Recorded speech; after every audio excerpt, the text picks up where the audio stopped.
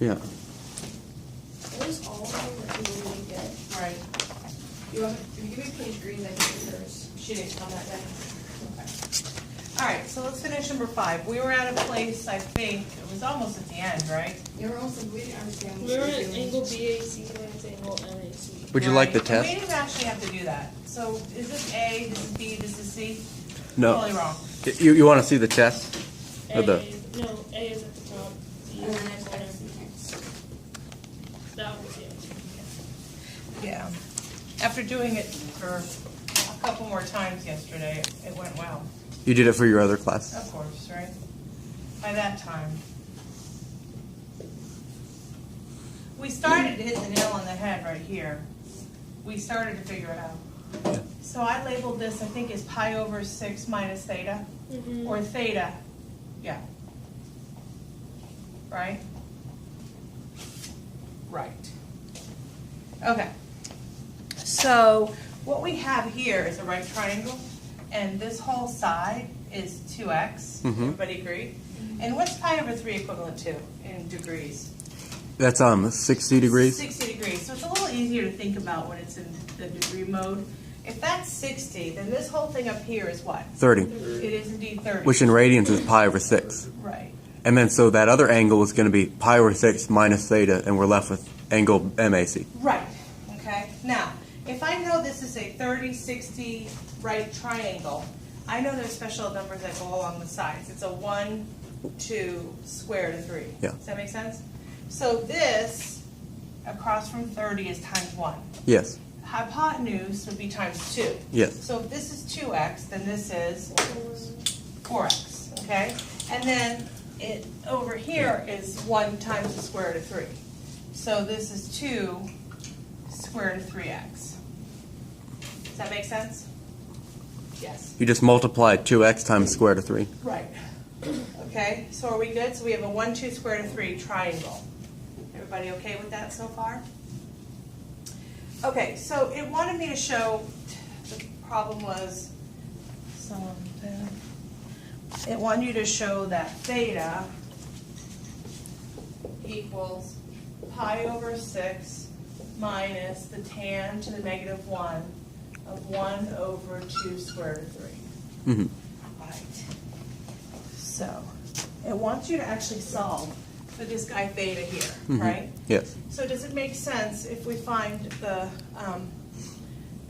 whole angle, we end up finding that? You guys told me that yesterday, that BAC minus MAC is going to give us that, what we're looking for. Does that make sense? So what is the whole thing? What is the BAC equivalent to? 30. Also known as pi over 6. Pi over right? 6. So BAC is pi over 6. Yes. Is that cool? So we actually have to find the angle MAC. Alrighty?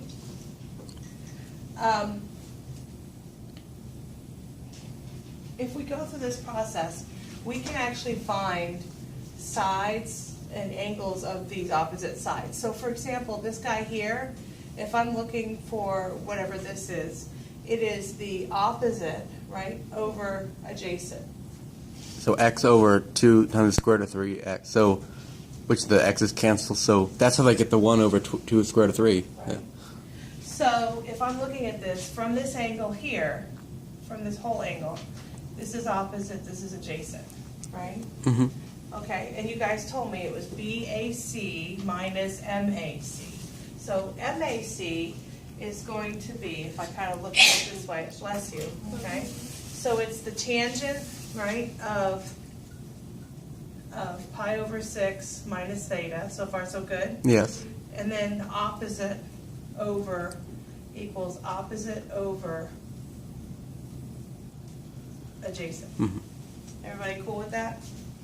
So far, so good? Mm-hmm. So what happens with the x's? They cancel. Become a 1. That goes away. Now, we're trying to make it look like this a bit, right? So what do I do to both sides? Inverse tangent. So pi over 6 minus theta is equal to tan to the negative 1 of 1 over 2 square root of 3. So far, so good? Subtracting and multiplying. So we have theta is equal to tan to the negative 1 of 1 over 2 square roots of 3 minus pi over 6. Actually, negative theta, right? Plus, Which, if I negate it all, it becomes this thing right here. well, and then doesn't one of your pi over 6s cancel, or because you got 2 pi's over 6s, right? Well, what do you think? I didn't see it. So Negative. theta is equal to pi over 6 minus tan of 1 over 2 square root of 3. And what about the other pi over 6? I don't know whether we actually have to do BAC minus that, because we just found we solved for theta. We didn't have to utilize that at all. But that was only 2 points. I know that was a hard one for 2 points. I consider it a difficult one. So if we saw one like that, you would consider skipping and come back to Coming it? back to it? Yeah. You could do that. I mean, I wouldn't not come back to it altogether. Just don't like click in there, you know? But do what you can do first. Right. Oh, Okay, is there another on there? you see, number 11, part II was a little confusing. It wanted you to use the discriminant, but it doesn't really seem like they weren't really leading you up to that. Like, how would you have known to do that? Oh, okay, gotcha. That's the same case as the last one we did, where I said it was a little difficult. So this is f of x is equal to 6x minus x squared minus 5, right? Mhm. And it's an x is a nominal of the reals. So first of all, before I do anything, what is this a visual of? It's a parabola that faces down, and its y-intercept is -5. Okay, so we all know that, right? Mm-hmm. We're cool with that now? So we know it's opening down because there's a negative in front of x squared. Mhm. So you have a visual, right? Okay, find a set of values for which f of x is less than or equal to 3. Well, anytime I see less than or equal to, I should think what? A chart. I should think a chart. Exactly right. So I know this is an inequality. I know I'm going to have to create a chart. Okay, so we have 6x minus x squared minus 5 is less than or equal to 3. Do you agree? It just wants me to take Yeah. the function and make it less than or equal to 3. So if I bring it all to one side, alrighty, I have negative x squared. So far, so good. Or you could add it over the others. Which I will. Mhm. I'm just going to kind of show my work. I'm going to subtract that out. So minus 8 is less than or equal to 0. Yeah. I have a question. So if you're dividing or multiplying by a negative, the inequality sign flips? So you could do that right now. You could say negate, negate, negate, flip. Does that make sense? So then it would be positive x squared minus xx plus 8 is greater than or equal to 0. Correct. That would make life easier for factoring purposes, I think. Mm-hmm. Okay, so if I go through the process of factoring this, I know I've got x minus 2, x minus 4, right? So my special numbers are 2 and 4. So it's when x is less than or equal to 2. Okay, so x is less than or equal to 2. And then 2 is less than or equal to x, which is less than or equal to 4. Good. And then 4 is less than or equal to x. Perfect. Yeah. Now, people question, why are we doing less than or equal to when this says greater than? It doesn't matter. Remember, it always goes in that same direction. You're just finding intervals that it'll fall into. So Right. you would do like 1, 3, 5. 1, 3, 5. And where do I plug it in? You plug it into where we factored it. Right here. And you want it, if it's greater than or equal to 0, then that means it's a yes. If it's less than, then no, it's not what we want. Right, exactly. Right. So if I plug in a 1, I got a negative. If I plug in a 1, I got a negative. Which 2 negatives make a positive. we want it. So it's bigger than 0, so it's a yes. And then usually it means a yes. So we think no, yes, right? Yes. Let's make sure. 3 minus 2. So if I plug 3, I get 3 1. minus that would be a positive and a negative, so it's a no. So no. And then we're just going to put yes, but we're going to make sure. That's a 5, yeah, that's a 3 and a 1, yes. Yes. So the answer to this, the intervals, is x is less than 2 union 4 is less than or equal to x. Everybody good with that? Remember that? Yes. I looked on the mark scheme, they don't set up tables like that. They don't have, that's just, it's my old lady trick to make it easier for you. It makes everything more organized. I think so. It gives you the opportunity to, yeah. to me, it's clearly showing that you understand it's a continuum of numbers, and you're kind of assessing them in each of those continuums. How much was it worth? It was 3 points. That was 3 points. That was 3 points. So, yeah, that was 2, that was 3. So, crazy, right? I Yeah. like it like that. Yeah, me too. Can you also create a table to determine whether a function is increasing or decreasing? If it asks, You would do the same thing. You would take the derivative, you would set it to 0, you would find your special points, which are called stationary points. so x equals something, x equals something. Right, and you would go to the left, between, and to the right of your stationary points. And if it's positive, that means it's increasing, and negative is decreasing. When you plug into the first derivative, when it becomes positive, it's increasing. When it becomes negative, it's decreasing. And you plug it into the where you factored it, you multiply the two together, then if that's a positive or a negative. Right. Another way to do that is if I took the first derivative and I set it to 0, and I found, let's say, 3 and 5 are my two answers. Yeah. Then if I took a second derivative, what does the second derivative do for me? It tells me whether it's a max or a min. Determines the nature. Right, determines the nature. So if I came out with this being a max and this being a min, right? Mhm. What would that tell me about the things to the left and to the right of the number 3? If it's a maximum, what has to happen for that to go? I have to go increase, Then to decrease. right? Mhm. So I would know when x is less than 3, I have increasing. And when it's greater than 3, it's going to be going down the hill, right? When, the other way around. When x is greater than 3, well, no, I was right. I was right. When x is less than 3, I would have gone like up the hill to get to it. And then when x is bigger than 3, probably to the place I get this, it would be decreasing. And then it would hit the 5, right? So it's almost like the continuum that I did there.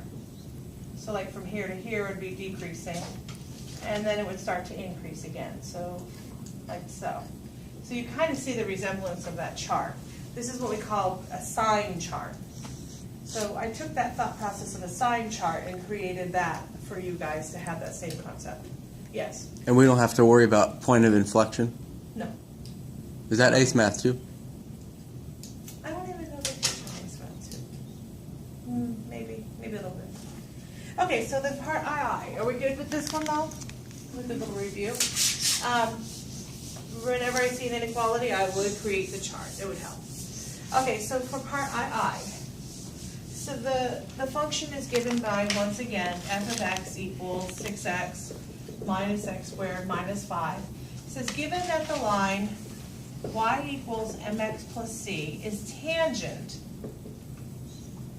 Which means it's the derivative of that function. it means that they share the slope at that one point. So it's a tangent line of that. That's you. Thank you. It's tangent to the curve, y equals f of x, which is this curve right here. Uh-huh. Show that 4c equals m squared minus 12m plus 16. Okay, so what does it want me to do? Find the derivative. So if I found the derivative of this, right, Mm-hmm.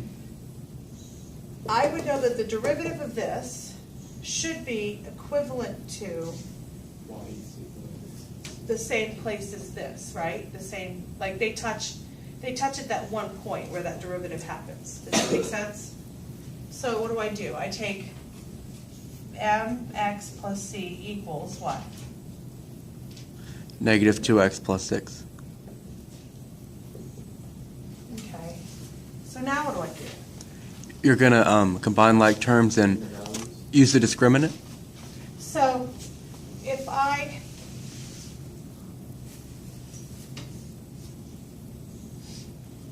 bring it all to one side, right? I've got mx plus 2x and then plus c minus 6 is 0. Mm-hmm.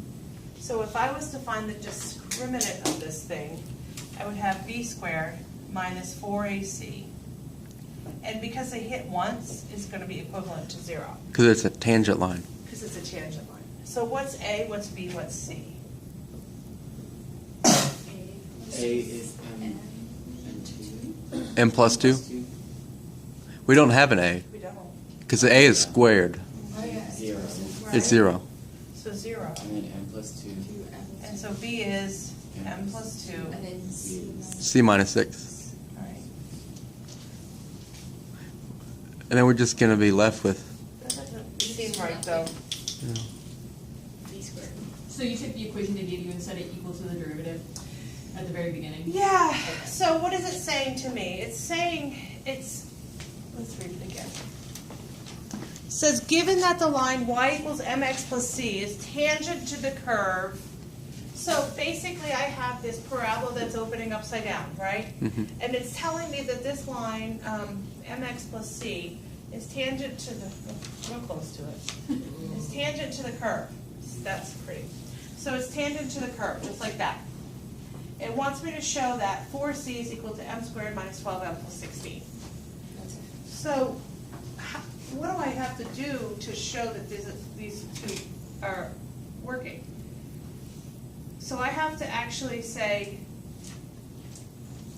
the original function, right, is going to be equivalent, the actual function is going to be equivalent, so if I took its derivative, someplace on its derivative is going to be equivalent to basically the mx plus c, because that's what they hit. so if they intersect, that means, you have to set them equal to each other. In the original format, right? Isn't that what we did last time on that problem? I think it was We did either, one a couple days ago. Yeah, I'm looking at that one, but we didn't take the derivative. We left it equal to the original. and we did something with the And discriminant. then we did something with the discriminant. And we got two values for m, right? Right, so we're gonna take mx plus c and set it equal to 6x minus x squared minus This is one of the 5. ones where it's already derived. They just don't say it, right? No, it's that this is the slope. So they're telling you, they're telling me that this This is is the tangent. So it's like. Meaning the derivative would have been done, that would have been done, the equation would have been found. Because Yes. the derivative. Oh, I think I understand, because the actual equation, which is 6x minus x squared minus 5, meets the tangent line because it hits it at one point. Right. So that's why we the set, problem is, we don't actually have to find the derivative, we actually got the derivative. because those two equations meet each other. There we go. Now we're on a roll. Mhm. So, now, same process we did a minute ago, because we meet once, right? Yes. So let's bring it all to one side. So we have x squared, that feels a little better. Mhm. And then we have plus mx minus 6x plus c plus 5 equals 0. Check my work. Yes. So I took that over there, I have these two guys together, I have the c and I added the 5.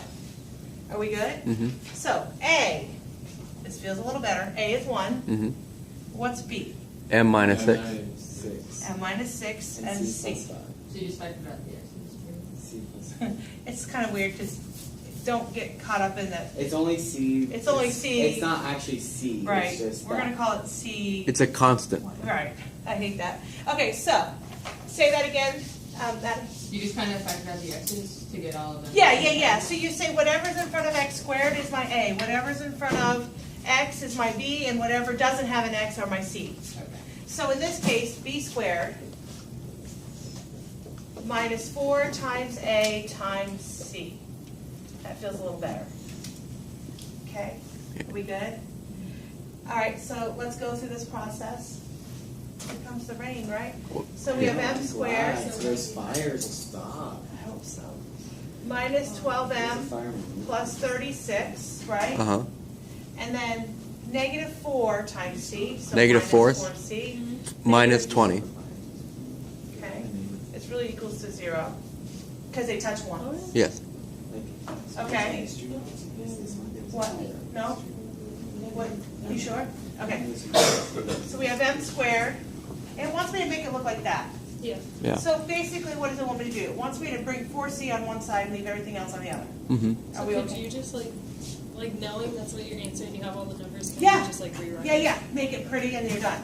So you'd have m squared minus 12m, 36 minus 20 is plus 16, equals 4c. Do I have what I'm looking for? Yes. And that's where you go. Wait, that's a minus? Okay, never mind. You Yeah, they good? both look like equal signs. Right. Yes. How do you know you're supposed to use B squared on 4AC? Okay, that's why I said last time that if I had to pick, I thought the most difficult problem on the test, I would have picked this one because it does not insinuate that you have to use B squared minus 4AC is 0. But you understand that a tangent meets the curve just once. So that's when you know, because it meets just once, I know that I have B squared minus 4AC equals 0. That's why I mean it's hard. It's not difficult work-wise. It's just the concept. You have to pull those two things together. We'll take it. A lot of times what they'll do is they'll say, show they meet once. Show they never meet. Show they meet more than once. If that's the case, you're going this route where you have less than or equal to's, right? So those are typically, will lead you down the path to knowing you have to use that discriminant. This one doesn't really insinuate discriminant. You just got to assume. Yes. So wouldn't it be a case where we would use the chart, but we had B squared minus 4AC is less than 0 or Okay, greater than so 0? if it says show the intervals where they never meet, B squared minus 4AC is less than 0. Take your two things equal to each other, bring it all to one side, do that. How did you know not to do the B squared minus 4AC for this? Well, because it's only once, so it's equal 0. Therefore, you don't have a chart. I meant for that part. Well, that Well, was it's a totally standard different type of value. problem. That was definitely, it said less than or equal to 3. But if it says they never meet once, or meet twice, Right. then that tells you the discriminant. Right. How about if it says show that it doesn't have any x-intercepts, no roots, Then that means it's imaginary roots, which means it would be less than 0. right? Because it would be a picture that kind of looks like this. Like a parabola that never hits the x-axis. Right. Okay, so there's a whole lot of different ways they can ask you to use the discriminant. This one, they're making you use the discriminant without really saying use the discriminant. That's why I feel like it's one of the more tricky questions because you have to figure out what is exactly they want me to do with it. Yes. And this experiment tells you how many times it touches. Touches the axis, the x-axis, or each other. So if you have one equation, how many times it touched the x-axis? They went to the river. What were they? What? They went to They went to the river at this period. That's Next case, so what are they asking like on this one? Because like you read out, so like what are they? Is This it guy just here, giving the they just equation? said f of x show. You gotta read it. Is that it here? I think you have I it. stole it. That's kind of. I do that. That's hilarious. Find the set of values with an S for which f of x is less than or equal to 3. Okay, that's all it says. That's it. They're not telling you, do they show that they meet once, show that they meet twice? Right. They don't tell you that. They don't tell you that. Hello? Hi. That's up to you. They're studying for their test for tomorrow. Okay, bye. Okay. It's a smile. Okay, the function g is given by, so let's go to the next one. Are we good? Yeah. I really like this problem because it really kind of brings a lot together, kind of gets us to... Is this like for I? This actually has, that was 6 points total so far we've done, and then it has 5 more points to do. Holy So wait, crap, right. that's a big- So it's actually a 5-part question. Okay, so let's go ahead to the next one and see. It says the function g of x is given by 6x minus x squared minus 5 for x is greater than or equal to k. Mhm. It says express this in the terms in this format. So what does it want me to do? Complete the square. I don't, they don't have to tell me, complete the square. We know that's what it is. Remember, there are 2 different types of complete the square, one of which could have a number in here or out here. Pay attention to that, okay? So if the number was in here, and let's pretend you had a 4 out here, you would bring a 2 in here. You would take the square root of the number out here and bring it in and multiply it through. Yeah, it was like an odd number, like so square root of 7, would you just put the square root Square of root of 7, 7 through. or would you put like the decimal? You would put square root of 7 in, but they won't do that. Okay. They'll put a 9 or 16 outside. An easy one. Yeah, yeah. Okay, so the first thing we're going to do with this, I'm going to rewrite it in the order it's supposed to be in. Set it equal to 0, just as a review. Next step is I'm going to add the 5 over here. Mhm. Are we good so far? Do I have anything in front of x squared? Yes. Yes, I do. I need to take care of that, so I'm going to factor it out. Okay, notice that I took care of it after I brought the 5 over. Yeah. So factoring out that negative does not affect that 5 at all. Okay, now that I have the outside, I'm going to take b, I'm going to divide it by 2, and I'm going to square it. So negative 3 squared is 9. I'm adding 9. But are we really adding 9? We're not. No, What are we adding? Negative. To the other side. That's right. Are we good? Does that sound familiar? Okay. On the left-hand side, we have what we call our perfect square. It's negative x minus 3 squared. And this right here is negative 4, but if I bring it back over, it's positive 4. And where do they want me to have it? Out front. Just make sure your order is the way they want What it. they want, right. Okay, are we good so far? That's it. That's the answer. I have to remember, so when you're doing the b, it's just before you square it, right? The b, The b is before you square it, right? before I square it. It's b over 2 in parentheses squared. Yeah. So it's just b. Yeah. Now, state the smallest value of k for which this has an inverse. State the smallest value of k for which this has an inverse. Well, what is this, guys? It's a parabola. Mm-hmm. It opens down, right? Yeah. It opens down. What is its vertex? It's negative, or 3, 4. So, positive 3, 1, 2, 3, up 4, 1, 2, 3, 4, and it opens down. Mhm. Okay. It wants me to find the value of k for which x is greater than or equal to that k, which allows me to have an inverse. For something to have an inverse, it must be 1 to 1.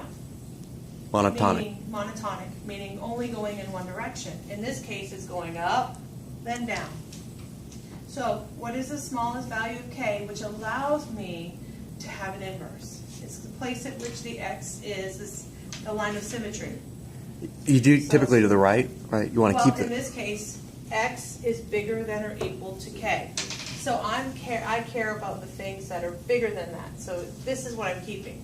Yes. So I'm going to get rid of all this stuff right here. Well, where's the place I stop? 3. At 3, I know because it's the x value for the vertex. So k. So this question was, state the smallest value of k for which this has an inverse. It was a 1-pointer. Question. And how do you know it was k? I mean, not k. How do you know it was 3? It's the x value of the vertex. Okay. I don't know the vertex question. Because that's like a negative outside of parentheses. Does that matter, or? That just means it's opening down. What was it asking us? Okay, the smallest one. State the smallest value of k. Why the heck do they care if it's the smallest value? Well, because what if I picked 4? If I picked 4, it's still 1 to 1. If I picked 5, it's still 1 to 1. So I could pick anything from here forward. So I could pick an infinite number of answers, but they're telling me I want the smallest one. So I want the place at which the smallest possible value. 2 would not work because it would start to go up, then down. So 2 would not work. So the smallest place it works is when x is 3. Yes? So couldn't it be, if it was k, it's less than or equal to 3, like if you're restricting the stuff? Pick the largest value. Right, that would be like if you get rid of the right and you care about the left. Right? Mhm. Very much. Then the next thing says, for this value of k, find the expression for the inverse. I am now allowed to find the inverse because it is 1 to 1. Mhm. So literally, I'm going to use what I just found to find its inverse. Don't try to do an inverse from here. We got to solve Gotta do easier. it from here, right. So right now, I have 4. Okay, I have 4 minus x minus 3 squared, and that is equal to y, Mm-hmm. right? So that's step 1. What's step 2? Flip the x and y. Flip your x and y. So x equals 4 minus y minus 3 squared. So Mhm. far, so good. Next step. Solve for y. Solve for y. So bring the 4 over. X minus 4 equals negative y minus 3 squared. Divide that negative out. By the negative out, which means I can flip this to be 4 minus x equals y minus 3 squared. So So I negated it and just flip-flopped it, yes? Take the square root of both sides. And when I take the square root of both sides, I get two answers. I get plus and minus, so we're gonna have to pay attention, right? So one of them, I'm not gonna use. Okay? I'm concerned about the right-hand side. So it's just positive. I'm concerned about the positive stuff. Now, could you bring the 4 out and just have it the square root of negative of x? Yeah, so would you No. leave it as like the square root? You've of gotta x leave the x? square root. That 4 cannot come out because it's attached to negative x. Okay. That would be a big no-no. And so finally, the last thing here, two last pop. I have 4 minus x. I'm going to add 3. I put the 3 up front so I don't make the mistake of making it look like it's under the square root. And name it what it is. G inverse of x. So whenever it asks me inverse, we do the I would label it. switch to y. Yeah. That's just Interchange x and y, solve for y, and then call it what it is. And that was worth 2 points. That 2 points is a whole lot easier than the triangle 2 points. Meg? So if I would have squared the 4 and then brought it on the outside, I would have gotten like 1 point. You would have, yeah, maybe, because that would be a no-no. Dang it. Yeah, so don't over Do you think clean. Mark's team is? Yeah, Yes. sure. I had a question. Yeah. So I think there was one question like on a test where it said it gives you f of x and it gives you f of g of x and it wants you to find g of x. Because we typically do it the other way around where we, so like how would that come about? We did one as a practice in here as well. Where was that located? I think that was in the On our one of take-home your- test. From one of your take-home tests. Have you graded those ones? I've started grading them. I actually graded chapter 7 tests. They're in. They're over there ready to return back. And then I started grading these take-home tests. They're going to take a little while. Well, Unfortunately. I think I need to give yours back because You do. After you're done studying, you do that. You didn't even get a point. You literally just get 2 points for the answer. You just got 2 points for the answer? Yeah. You wouldn't even get 1. You had a question? Yeah, do we take That's it it. tomorrow since we did that? What time does the test start? 12:15. I would have to think, yeah, right? And the BB is on. Huh? I think it would be a lunch. If it's, because it's Wednesday. Yeah, go to a lunch. Go to Bird's lunch. All right, let me see if I can find that. see, on Wednesday we get out at 2:15, right? Yeah. It's an hour and 45-minute test. Okay, here it is. Let's see, this is number 8 from the take-home test version 1.3.